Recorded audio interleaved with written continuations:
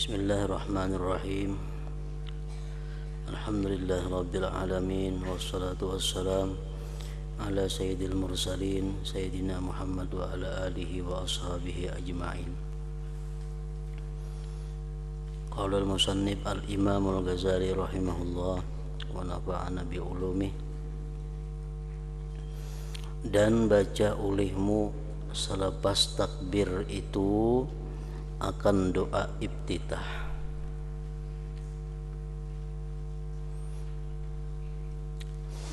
Dan baca olehmu selepas takbir itu akan doa iftitah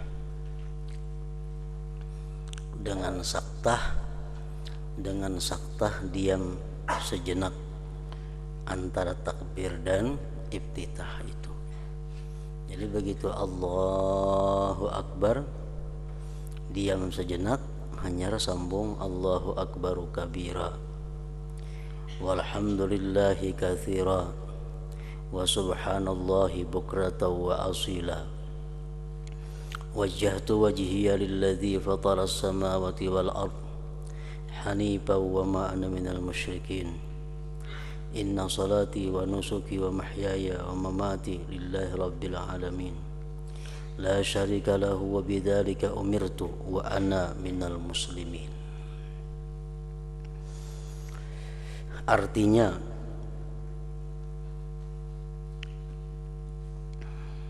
Allah Maha Besar, segala pujian yang banyak bagi Allah, walhamdulillahi katsira.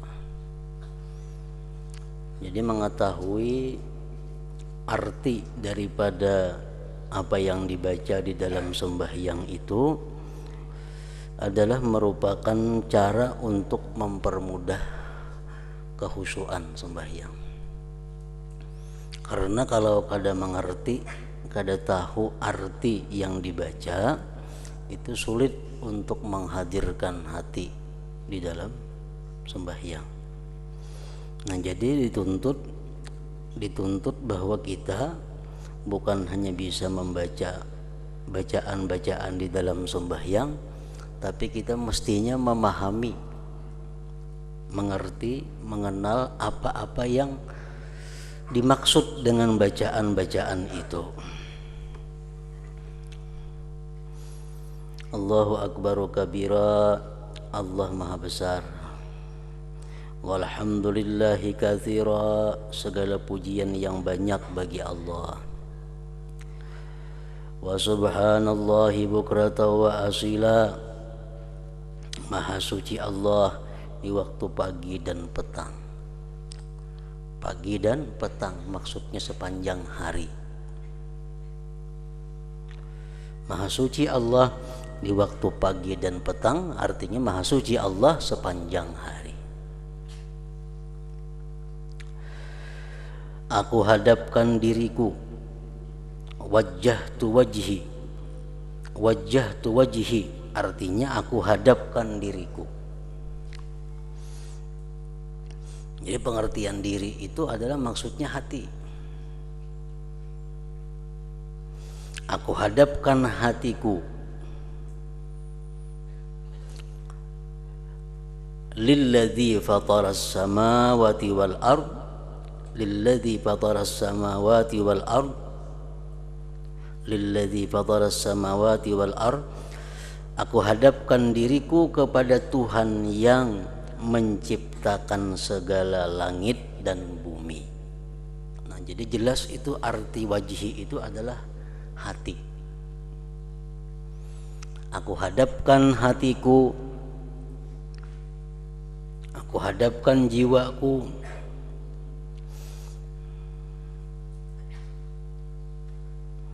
kepada Tuhan yang menciptakan segala langit dan bumi. Kan kalau tubuh kita menghadap kiblat, kalau kita katakan bahwa tubuh kita menghadap Allah, berarti Allah arah di kiblat situ ada mau. Jadi pengertian wajih itu pasti artinya bukan badan. Pengertian wajih itu adalah hati.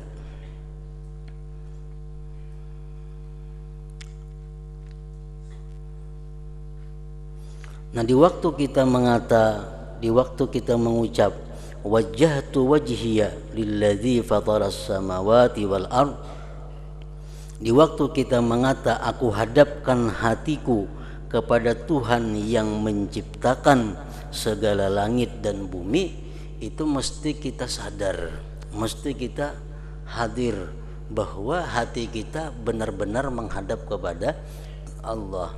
Karena kalau kita mengucap itu tapi hati kita lalai, itu jelas sudah akan dijawab oleh Allah dengan jawaban kadzabta, engkau dusta. Mulut kita mengata wajjahtu wajhiya lilladzi fataras samawati wal ard, aku hadapkan hatiku kepada Tuhan pencipta langit dan bumi, sedang hati kita kada kepada Allah. Nah, di situ jelas kita berbohong di hadapan Allah. Nah, itu yang paling berbahaya di dalam sembahyang, antara mulut kita dengan hati kita mendustakan.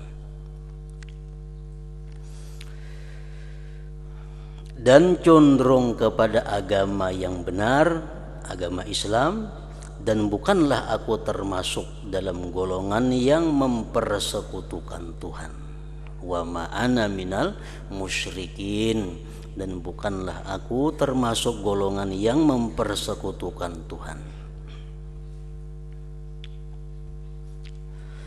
Inna salati wa nusuki wa mahyaya wa mamati lillahi rabbil alamin. Sesungguhnya sembahyangku, ibadatku, hidupku dan matiku hanyalah untuk Allah Tuhan semesta alam.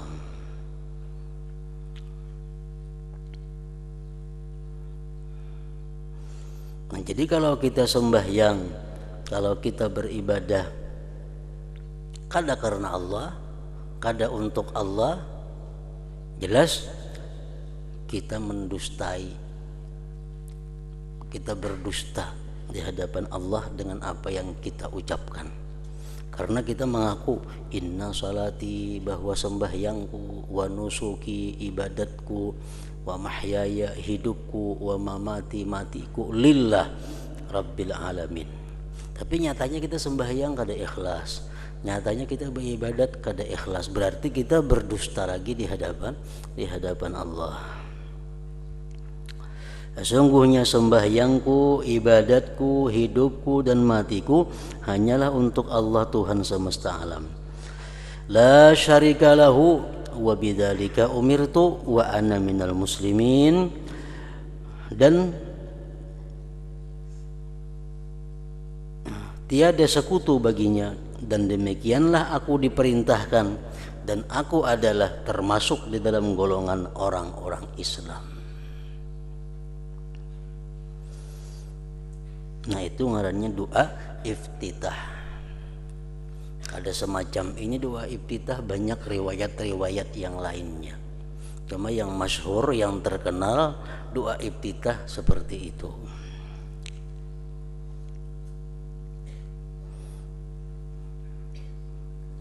Iftitah artinya pembuka. Jadi pembuka bacaan kita di dalam sembahyang itu adalah dengan doa ini.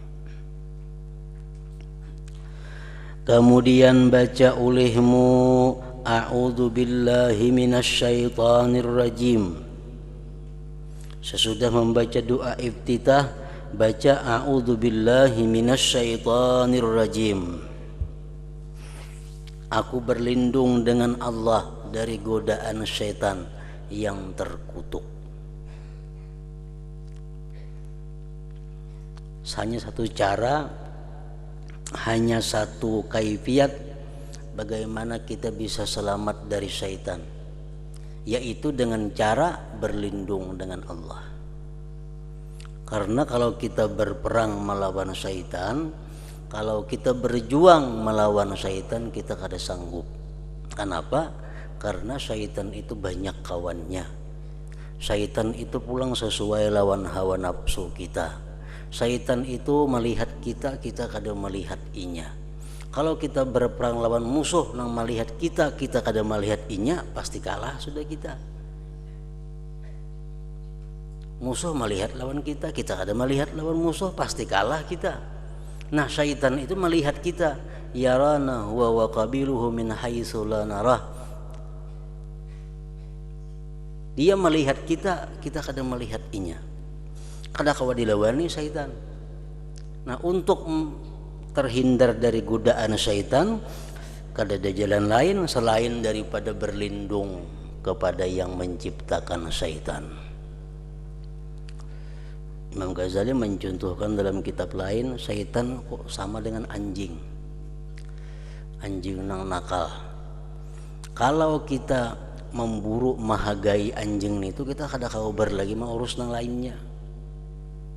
Diburu bukahnya. Karena kita begawi stumat datang pulang, buru pulang, begawi pulang stumat datang pulang, kada keburuan lagi, orang mau urusnya itu aja. Nah, satu-satunya jalan agar anjing itu jangan mengganggu lagi, kita datangi, nah ampun anjing datangi, tolong urus anjing itu, nah jangan lagi mengganggu kami. Nah kalau ampun anjing nyaman ditangkapnya, kada apanya ke anjingnya lagi. Nah sama seperti itu syaitan. Kalau kita memerangi syaitan kada ada habisnya. Tapi kalau kita berlindung kepada Allah, Allah yang menciptakan syaitan, Allah akan melindungi hamba yang berlindung itu. Kemudian baca olehmu, a'udzubillahi minasyaitonir rajim. Aku berlindung dengan Allah dari godaan syaitan yang terkutuk. Dan seterusnya bacalah suratul Fatihah dengan memperhatikan tempat-tempat tasdidnya.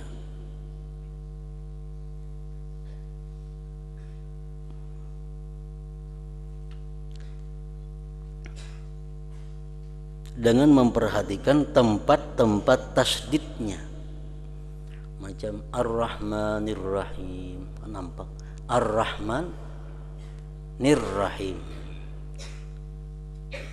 jangan Ar-Rahmanir Rahim, Ar-Rahmanir Rahim. Atau kadang-kadang bila beranjak-anjak tinggal tasdid Ar-Rahman, Ar-Rahmanir Rahim, padahal Ar-Rahmanir Rahim tasdidnya itu. Dengan memperhatikan tempat-tempat tasdidnya, karena di situ banyak yang lalai, banyak yang lupa, sehingga tertinggal tasdid berarti kurang huruf Fatihah. Dan berhati-hatilah membedakan antara dad dengan za dalam bacaanmu. Waladzallin, kan za itu mestinya dad. Jadi hati-hati. Karena apa disebut sidin di sini? Karena itu banyak sekali orang yang lalai sehingga samar antara za lawan dad itu. Dan katakanlah amin selepas membaca suratul Fatihah itu. Jadi membaca Fatihah itu, membaca amin itu selepas membaca suratul Fatihah, atau selepas membaca Fatihahnya imam. Kadang-kadang kada mengerti, hanya naik ke langgar, imam waladhdallin amin, dia umpatnya di lawang berdiri belum lagi sembahyang. Nah itu salah mengucap aminnya. Orang mengucap amin itu kalau ini tuntung membaca Fatihah atau tuntung Fatihah si imam. Imam artinya dikatakan imam, kita sudah umpat sidin. Kita belum umpat, belum jadi imam kita lagi ngarannya. Kita masih di muhara lawang, hanya belum lagi bertakbir, berjalan menuju tempat sab. Imam waladhdallin amin, dia umpat nyaringnya lagi, belum lagi sembahyang. Nah itu, dan katakanlah amin selepas membaca suratul Fatihah. Lain halnya kalau sudah Allahu Akbar waladhdallin, jadi imam nah umpatnya kita amin karena kita sudah jadi makmum. Namun belum jadi makmum baca Fatihah kada, makmum kada usah umpat amin itu. Dan katakanlah amin selepas membaca suratul Fatihah itu. Dan janganlah engkau sambungkan kalimat amin dengan kalimat waladdallin. Jangan disambung, karena amin bukan termasuk bagian Al-Quran.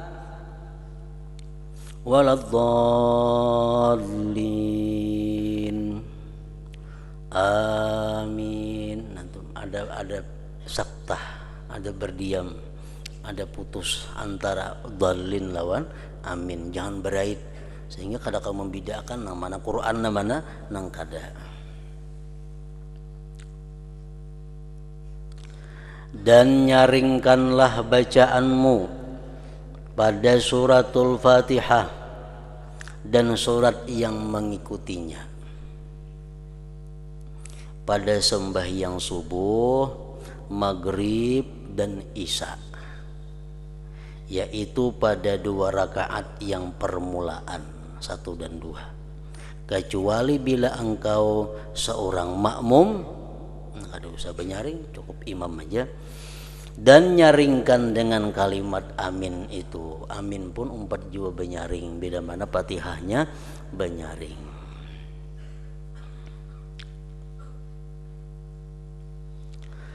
Dan hendaklah engkau baca selepas suratul Fatihah pada sembahyang subuh akan surah-surah yang dinamakan tiwalul mufassal. Di bawah garis angka 1 ada disebutkan sidin, tiwalul mufassal itu ialah surat-surat yang ada di antara suratul Hujurat sampai ke surah Al-Mursalat. Dan pada sembahyang maghrib akan surah yang dinamakan Qisarul Mufassal. Itu surah-surah yang antara surah Ad-Duha lawan Qul a'udzu birabbin nas.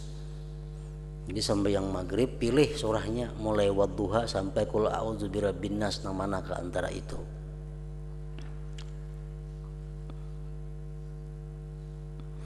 Dan pada sembahyang zuhur, asar dan isya akan surah-surah yang dinamakan Awsatul Mufassal. Awsat mufassal itu antara surah Amma Yatasaalun sampai surah Wal-Laili.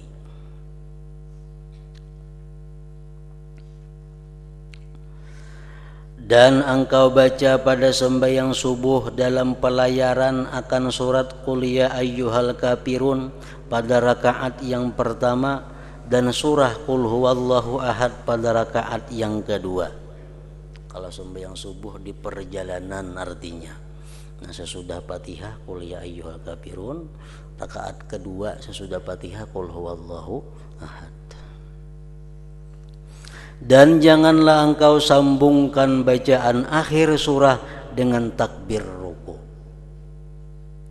Lakum dinukum waliyadin, Allahu Akbar, bersambung orangnya. Jangan. Walam yakun lahu kufuwan ahad, Allahu Akbar. Jangan juga bersambung antara ujung surah dengan takbir hendak ruku bersambung, jangan. Tapi di situ ada saktah, ada berdiam sejenak. Tetapi hendaklah engkau pisahkan antara keduanya dengan sekadar membaca subhanallah. Jangan subhanallahnya dibaca. Artinya berdiam sekedar subhanallah. Lakum dinukum waliyadin, berdiam sekedar subhanallah lawasnya. Tomat saja itu subhanallah kayak apa. Nah sekedar itu hanya Allahu Akbar ruku. Dan ketika engkau berdiri hendaklah engkau menundukkan pandanganmu ke tempat sujudmu, karena yang demikian itu lebih menumpukan perhatianmu dan lebih hampir kepada khusyuk hatimu.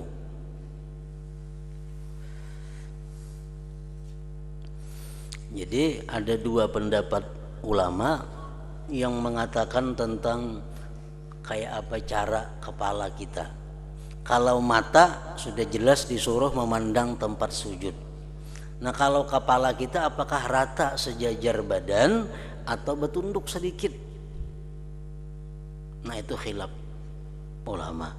Ada sebagian ulama yang mengatakan bahwa waktu berdiri itu kepala kita rata dengan badan, cuma mata aja nang cangang ke ampah sujud, ke arah sujud. Ada pendapat ulama lagi mengatakan bertunduk sedikit saja kepala. Nah, itu khilaf ulama. Sedikit, jangan terlalu tunduk.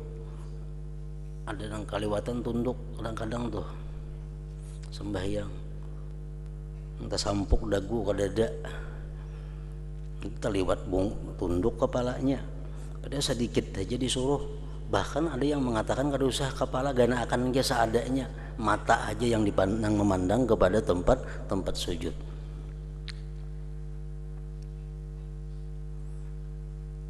Jadi kalau sejajar artinya kepala kita macam ini ya, nah jajar. Kalau cuma mata ke tempat sujud, mata ke tempat sujud. Nah ini pendapat ulama ada yang mengatakan lagi tunduk sedikit, dikit aja tunduk, jangan terlalu tunduk. Dan ketika engkau berdiri hendaklah engkau menundukkan apa?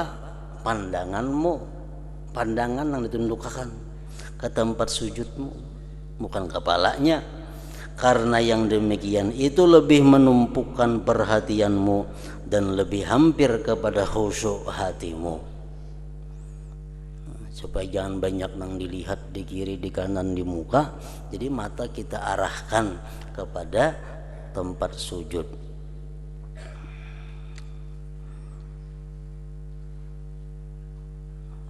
Jadi bapak jam kada disuruh dalam sembahyang.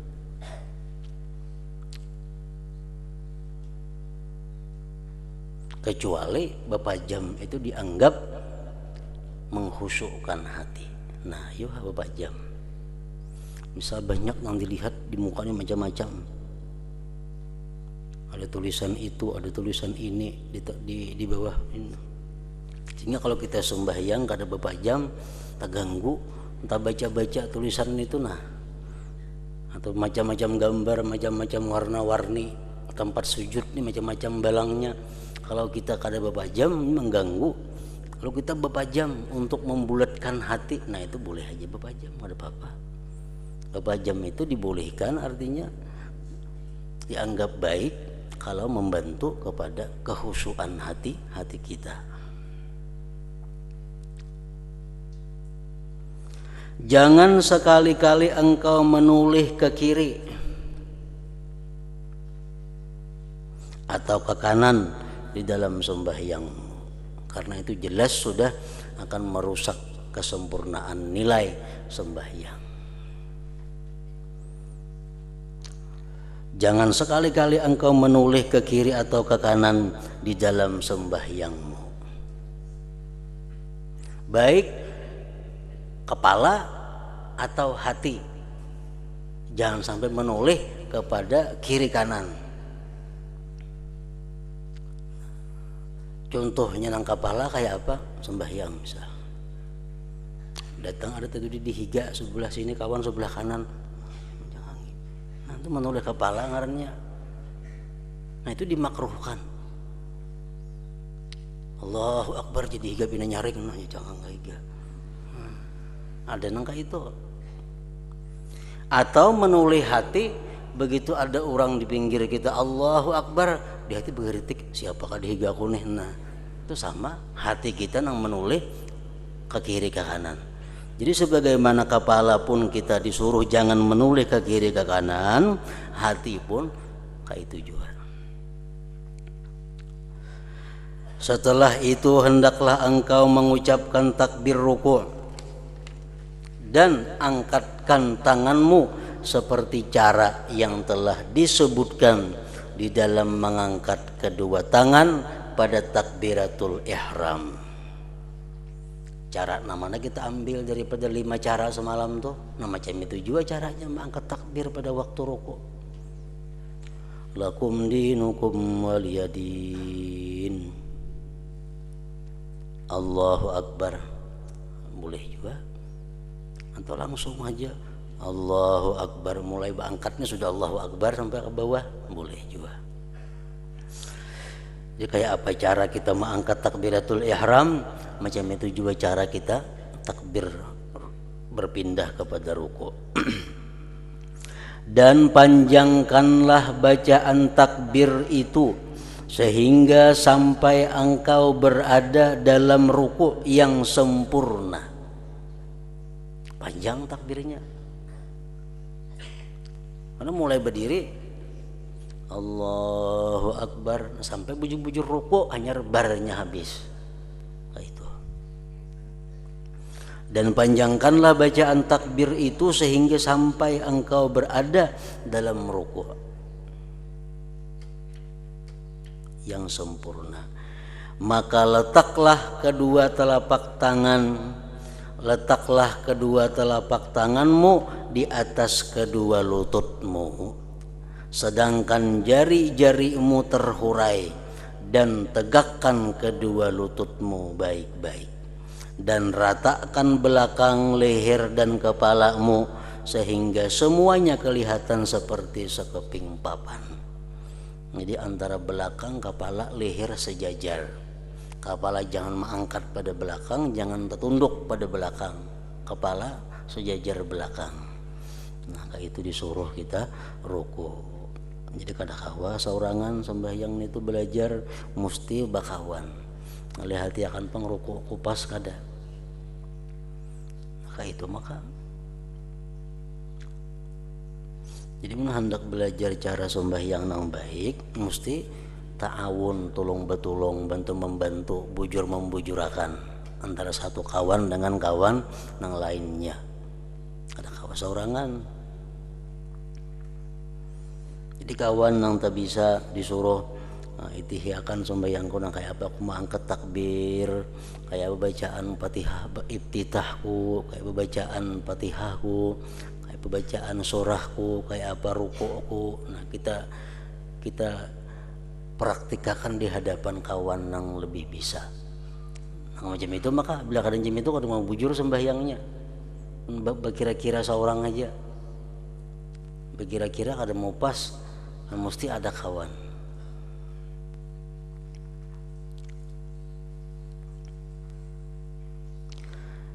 Dan renggangkan kedua sikumu daripada lambungmu. Rukuk tadi kan jadi siku.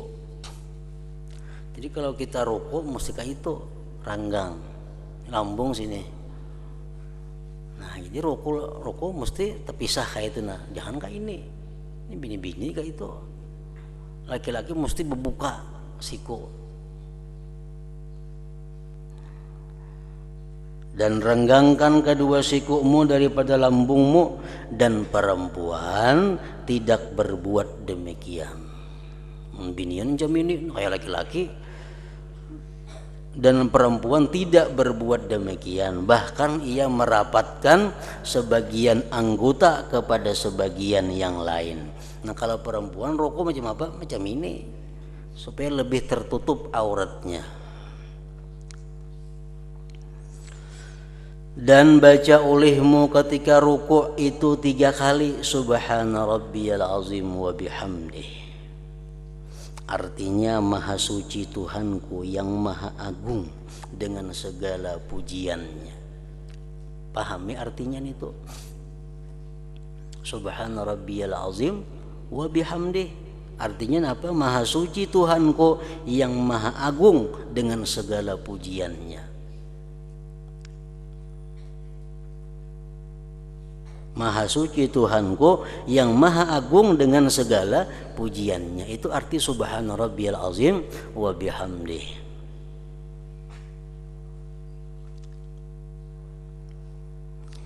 Dan jikalau engkau sembahyang sendirian, maka lebih baik engkau tambahkan bacaan tasbih itu sampai 7 kali atau 10 kali.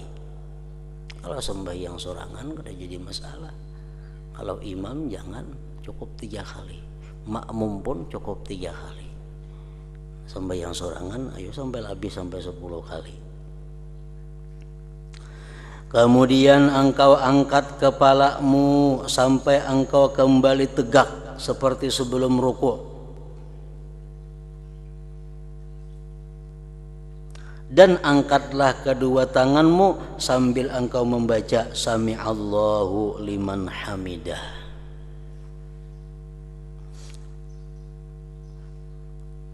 Apabila memulai membaca Sami'allahu liman hamidah itu, mulai kita mengangkat tangan daripada lutut. Begitu kita lepaskan tangan dari lutut, Sami'allahu liman hamidah. Hendak hamidah enggak sini habis, terserah aja. Atau Sami'allahu liman hamidah bawakan boleh juga.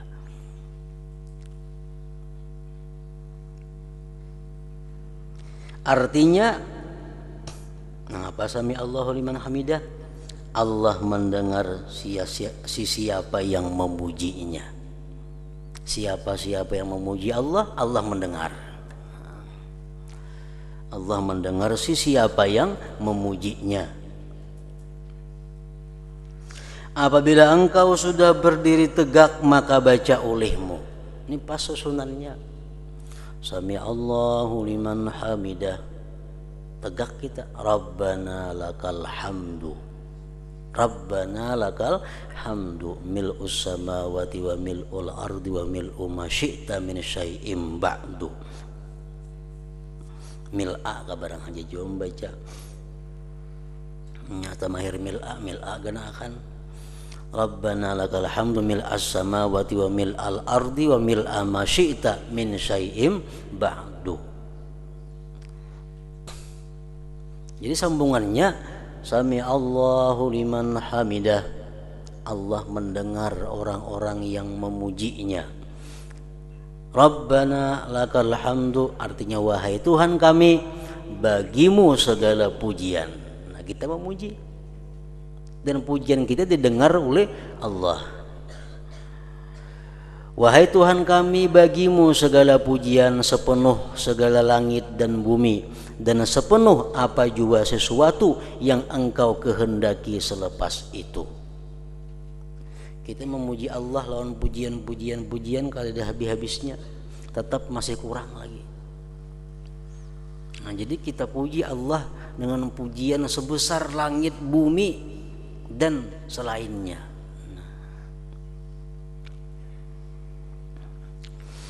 Dan jikalau engkau sembahyang subuh, maka bacalah kunut ketika engkau i'tidal pada rakaat yang kedua. Kemudian hendaklah engkau turun untuk sujud sambil mengucap Allahu Akbar tanpa mengangkat kedua tangan. Dosa lagi angkat tangan. Sami'allahu liman hamidah. Rabbana lakal hamdu mil'as samawati wa mil'al ardi wa mil'a ma syi'ta min syai'in ba'du. Allahu Akbar, sujud tangan turun aja kada usah Allah, kada usah lagi kait tangan angkat. Tanpa mengangkat kedua tangan. Dan pertama kali letakkan dahulu lututmu. Sujud itu pertama yang menyentuh lantai lutut. Setelah itu baru letakkan kedua tanganmu, hanyar tangan ke lantai, dan diiringi dengan dahimu, padahal dahi itu terbuka. Kada ada rambut di dahi, kada ada kopiah di dahi, kada ada mukana di dahi, terbuka. Padahal dahi itu terbuka, dan letakkan hidungmu bersama dengan dahimu.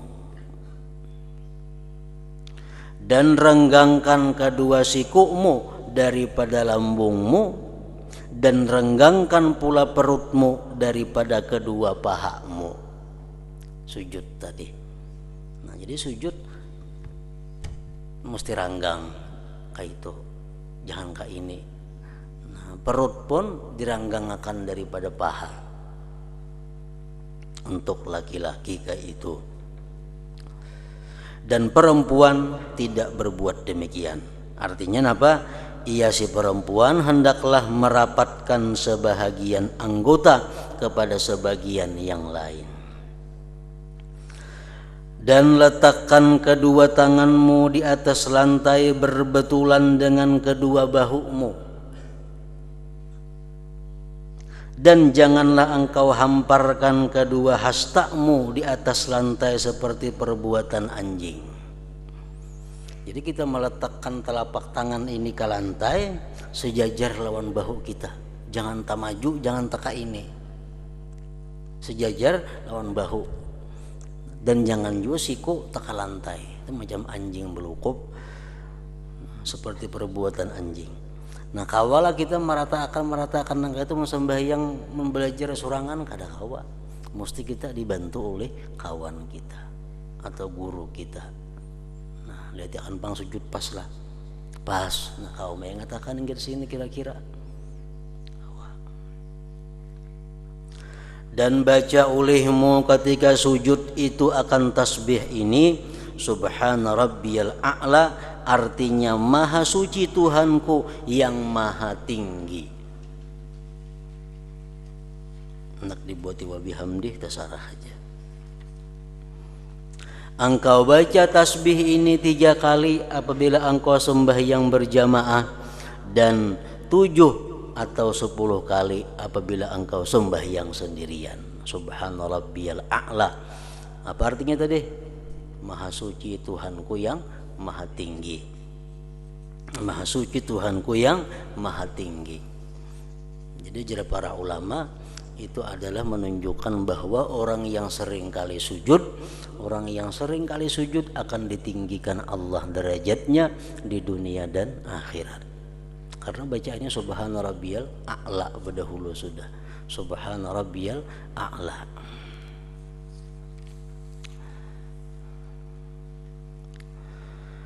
Kemudian engkau bangkit dari sujudmu sambil mengucapkan Allahu Akbar, sehingga engkau duduk dengan sempurna, dan duduklah di atas telapak kakimu yang kiri dan tegakkan telapak kakimu yang kanan.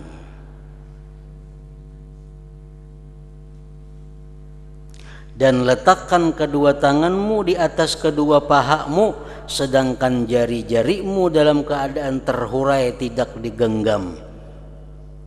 Duduk antara 2 sujud. Duduk iftirash ngarannya. Duduk antara 2 sujud sama lawan duduk tahiyat awal. Jadi kita duduk di batis sebelah kiri dan tegakkan kakimu yang kanan. Maksudnya kakimu, telapak kakimu, dan tegakkan telapak kakimu yang kanan. Jadi tegak yang kanan itu nah. Kalau berhiring kayak itu kada.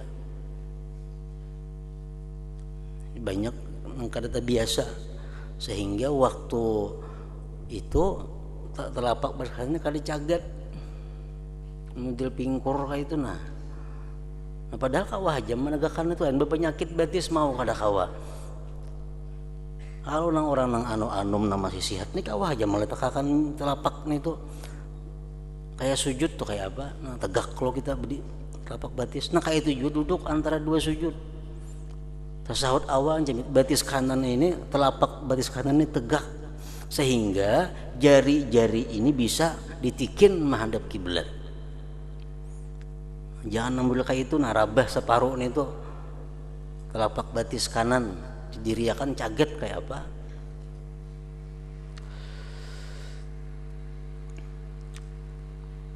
Dan tegakkan telapak kakimu yang kanan dan letakkan kedua tanganmu di atas kedua pahamu, sedangkan jari-jarimu di dalam keadaan terhurai tidak digenggam.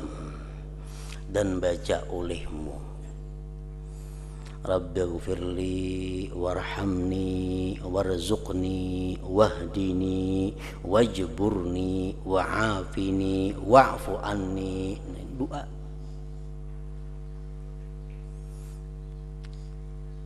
Artinya, Rabbi gufirli, wahai Tuhanku ampunilah aku. Emang kada tahu artinya kayak apa? Kayak apa hendak bisa hadir, kayak apa hendak bisa khusyuk. Nah, pelajari artinya. Rabbi gufirli, wahai Tuhanku ampunilah aku, artinya warhamni, kasihanilah aku, warzuqni, berikanlah rezeki kepadaku, wahdini, berilah hidayah kepadaku, wajburni, dan tampunglah kekuranganku, wa'afini, dan apiatkan badanku, wa'fu anni, dan maafkan dosaku. Nah, itu artinya. Jadi kita baca doa itu, kita paham artinya, ditambah hati kita ada merasa meminta, memohon kepada Allah. Mun kita baca artinya aja tapi kada merasa memohon, kada doa juga ngarannya. Jadi waktu kita mengucap itu, kita merasakan bahwa kita ini perlu kepada Allah, kita berhajat kepada Allah, kita memohon kepada Allah.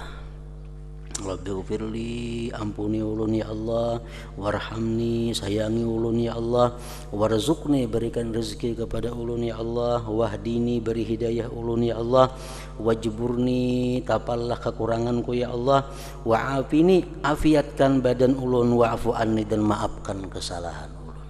Nah, lawan Tuhan jam itu.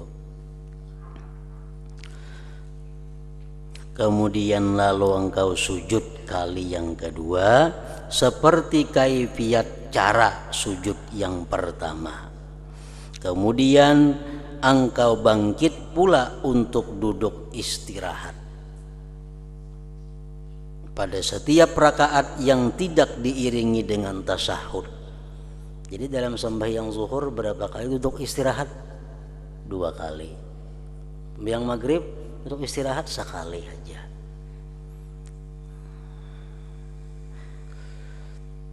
Duduk istirahat pada setiap rakaat yang tidak diiringi dengan tasyahud. Dan hendaklah duduk istirahat ini sekejap, setumat saja, bila lawas batal sembahyang. Duduk istirahat itu bila lawas batal, tumat saja. Kemudian engkau berdiri dan engkau letakkan kedua tanganmu di atas lantai.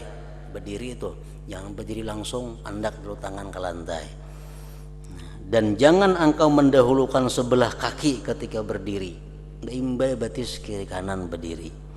Dan hendaklah engkau mengucapkan Allahu Akbar ketika engkau hampir ke tempat duduk istirahat, maka terus takbir itu engkau panjangkan sehingga sampai lebih kurang separuh berdirimu. Jadi mulai kita artinya bangkit dari sujud, Allahu Akbar. Duduk istirahat, rahatan Allah, panjang Allahnya itu kan untuk istirahat. Begitu sudah kita parak berdiri, hanya rebar habisnya. Nah, panjang Allahu Akbarnya itu. Kau panjangkan sehingga sampai lebih kurang separuh berdirimu. Nah, itu sarakaat sudah sembahyang.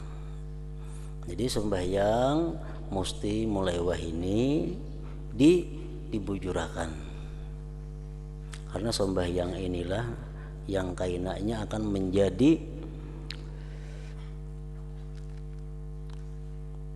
putusan tentang baik kadanya seluruh amal perbuatan kita. Kan sembahyang itu imaduddin, sembahyang tihang agama. Sembahyang tihang agama. Nah, jadi kalau orang menajak tihang tuh mesti memakai lut supaya bujur-bujur rata. Nah, artinya apa? Sembahyang sebagai tihang agama ini mesti bujur-bujur, diratakan, dibujurakan. Rukuknya, sujudnya, bacaannya kayak apa sesuai dengan perintah. Karena bila sembahyang ini kada rata, pirut. Orang melah rumah tuh tihang pirut, semuaan jadi pirut. Melah rumah tihang miring. Otomatis dinding miring, atap miring, lawang miring, semuaan jadi miring. Kenapa? Karena sembahyangnya sudah miring. Nah, orang yang sembahyangnya ini bebarang haja, otomatis sudah puasanya jadi bebarang haja. Ibadah yang lain pasti bebarang haja. Kenapa? Karena mulai tihangnya bebarang haja. Nah, bila orang baulah bangunan, orang baulah rumah, tihang itu pasti nang kuat dicari kayunya. Dan manajak kada sembarangan, mesti rata, bujur tegak. Nah supaya napa? Nang lain umpat tegak, dinding umpat tegak, atap umpat bagus, lawang umpat bagus, jendela umpat baik kada singgang. Nah jadi sembahyang ini nang perlu dibujurakan. Bila kada dibujurakan kita sampai ke tuha kada mau bujur. Walaupun ikam sekolah di mana di luar negeri kah, di manakah sekolah, hafal Quran kah apa, kalau sembahyang kada dibujurakan miring sembahyangnya. Nah jadi mulai wahini artinya sembahyang itu mesti diperiksa. Bujur kada sudah sujud nih, kayak apa jarak antara dua batisnya. Bujur kada berdirinya kayak apa cara. Perhatikan guru-guru kita nih banyak nang kada diri sembahyangnya. Kenapa? Padahal sih sing pintaran menerangkan belajar itu. Kenapa sembahyang batis nang ini bandak hasta-hasta jaraknya. Padahal guru karena kada memperhatikan gawian seorang tahu mengajar aja. Bila mengajar menerangkan pintar banget apa ini. Tapi seorang sembahyang lihat ya sembahyangnya. Kenapa? Karena kada mau urus diri seorang ngarannya. Nah jadi mulai belum jadi guru urus dahulu batisnya kayak apa, jarak antara berdiri kanan lawan kiri, mengangkat takbirnya kayak apa, bacaannya kayak apa, duduknya kayak apa, sujudnya kayak apa. Mulai belum jadi guru sudah dibirisakan itu. Nanti rata akan supaya selanjutnya kaina jadi beres. Mau sudah Tuhan ngalih baiki sudah tak biasa. Nah, sudah 40 tahun sembahyang kayak ini ngalih mau ubahnya. Nah jadi bila kada dibiasakan yang baik mulai wah ini bakal panjangan kayaknya sulit. Apabila sembahyang ini baik, awal yang diperiksa Allah, awwalu ma yuhasabu bihil abdu as-salah. Awal yang dihisap Allah pada hari kiamat itu adalah sembahyang. Cek sembahyangnya di Tuhan kayak apa. Sembahyangnya pirut, udah selesai semuaan pirut. Jadi patokannya adalah sembahyang. Kalau sembahyang bagus, hanya nang lain besasar diperiksai. Kalau sembahyangnya salah, ada pemeriksaan lagi, selesai sudah. Pasti nang lainnya pun salah juga. Nah kemudian di dalam rakaat kedua hendaklah engkau ulangi seperti kaifiat rakaat yang pertama.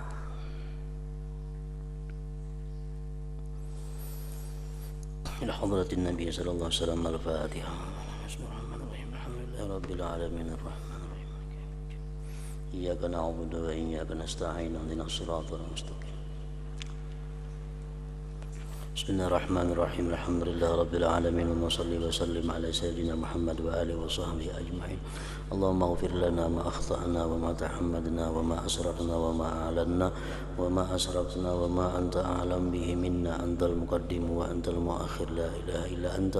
اللهم انفعنا بما علمتنا وعلمنا ما ينفعنا وزدنا فهما وعلما وعملا وهدى وتوفيقا برحمتك يا أرحم الراحمين. صلى الله على سيدنا محمد وعلى آله وصحبه وسلم. الحمد